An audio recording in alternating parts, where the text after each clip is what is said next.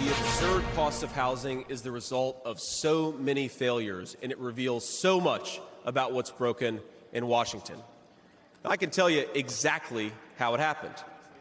Wall Street barons crashed the economy, and American builders went out of business.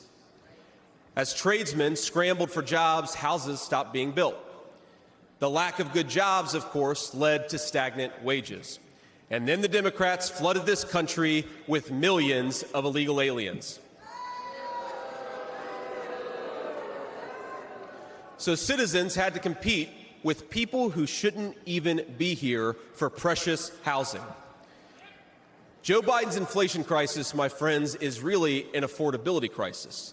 And many of the people that I grew up with can't afford to pay more for groceries, more for gas, more for rent, and that's exactly what Joe Biden's economy has given them. President Trump's vision is so simple and yet so powerful. We're done, ladies and gentlemen, catering to Wall Street. We'll commit to the working man. That is fascinating. He blamed the housing crisis on illegal immigrants. Also, later in the speech, I don't know, for those of you who didn't see it, I'll just give you the summary.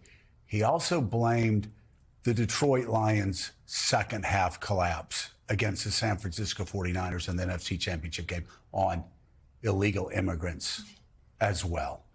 And finally, he blamed the subpar Star-Spangled Banner at the Home Run Derby a few nights ago, also on illegal immigrants. We're going to be fact-checking all of those issues, especially the Lions' second half collapse. That was heartbreaking, still heartbreaking me. Joining us now live from the RNC in Milwaukee is NBC News senior business analyst and host of the 11th Hour, Stephanie Ruhle. Also with us, co-anchor of CNBC's Squawk Box and a columnist for the New York Times, Andrew Ross Sorkin. So, Stephanie, we could quibble over the housing crisis and illegal immigrants, the Detroit Lions, Star-Spangled Banner going horribly wrong the other night. But I think really the bigger question here is raised by the Wall Street Journal editorial page this morning when they talk about J.D. Vance, Donald Trump, sort of this protectionism and what it means not only economically, but also their America First policy, what it means internationally. And the Wall Street Journal editorial page has been concerned for some time over Donald Trump's protectionist trade policies. What did you hear last night from J.D. Vance? What do you expect to hear tonight from Donald Trump that will either allay the fears of free traders and capitalists, or what do you think will make them even more fearful? Well, it's not just what they say, Joe. The issue is what they do. You can start with the housing crisis, right? And J.D. Vance up there talking about what Wall Street robber barons did and how they hurt the country and caused that housing bubble to burst and people losing their homes and losing their businesses. But there's no connection to Donald Trump's policies because it was Wall Street predatory lending. But what happened when Donald Trump became president? He wanted to wipe out the Consumer Financial Protection Bureau. He's all about loving payday lending. Steve Mnuchin, his Treasury Secretary, became supremely wealthy because he profited off that bubble bursting. Yesterday, my flight out here, I took a commercial Delta flight, and I sat next to a hedge fund manager named John Paulson, who raised $45 million for Donald Trump back in April. Do you know why he's so rich? Because he shorted subprime. So the issue that blew my mind last night is that J.D. Vance stood on that stage and he could have talked about things that he believes in, like a national abortion ban. He believes in it, that he thinks gutting Medicare and Social Security, that's what we need to do to get back to financial sanity. He's all about Project 2025. He could have talked about those things, but he didn't. He talked about things that were wholly untrue, like how Donald Trump has, what he's done for wages, how he is going to bring jobs back, how Joe Biden is buying energy from other places. Under Joe Biden, we're producing more oil than any president ever. So my head scratcher goes back to what you all were talking about in the last segment with Jeff. How on earth is this rhetoric matching the policies they put forward? It's simply not. So, Andrew, it's been well discussed, J.D. Vance's transformation from Silicon Valley Wall Street guy to this. populist. Give us your analysis of how he's trying to pull it off on this public stage last night, which for much of the country, yeah, maybe they knew him from his book, but this was really their first look at J.D. Vance, the man. What was your read?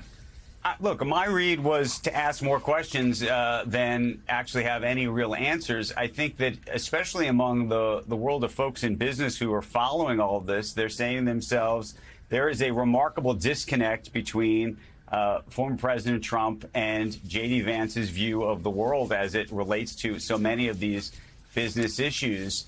And which one is going to ultimately win? Is this window dressing when you hear J.D. Vance talk about, is this a sop effectively to the middle class, which is something that Donald Trump has historically not focused on? In this Bloomberg Business Report this week, Trump says that he's going to take the corporate tax rate down to 15%.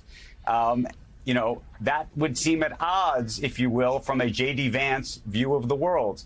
There has been an expectation that, the regulatory regime, which President Trump has castigated over the years, if you listen to J.D. Vance, he would tell you that, he likes Lina Khan. So which is it? And I think that's a little bit of the question this morning. Which is it? If Donald Trump is the president, is he actually listening to J.D. Vance, or is J.D. Vance window dressing for some of the less comfortable things that Trump may be supporting? Stephanie, J.D. Vance and Trump both support a weaker American dollar. Can you talk about what a fundamental shift that would be in the American and world economy if they were to weaken the American dollar as the world's currency?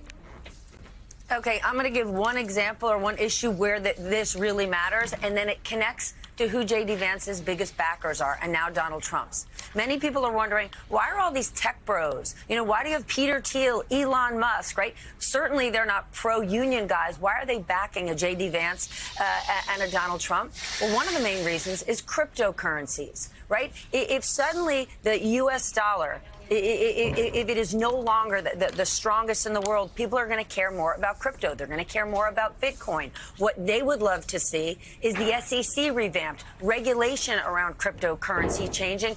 That would make this universe, the tech universe, backing J.D. Vance and Donald Trump even more wealthy. And so that's something we should all be, and I'm not saying alarmed in a bad way, but just pay attention to.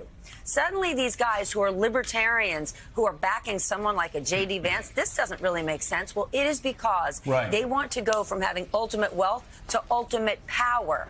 And deregulation is one of the great ways they're going to do that. And a J.D. Vance might help them. Hey there, MSNBC fans. I'm Luke Russert, and be sure to join me, Rachel Maddow, Jen Psaki, Lawrence O'Donnell, Steve Kornacki, Joy Reid, and many more September 7th in Brooklyn, MSNBC Live Democracy 2024. Click on the link for ticket information. We will see you there.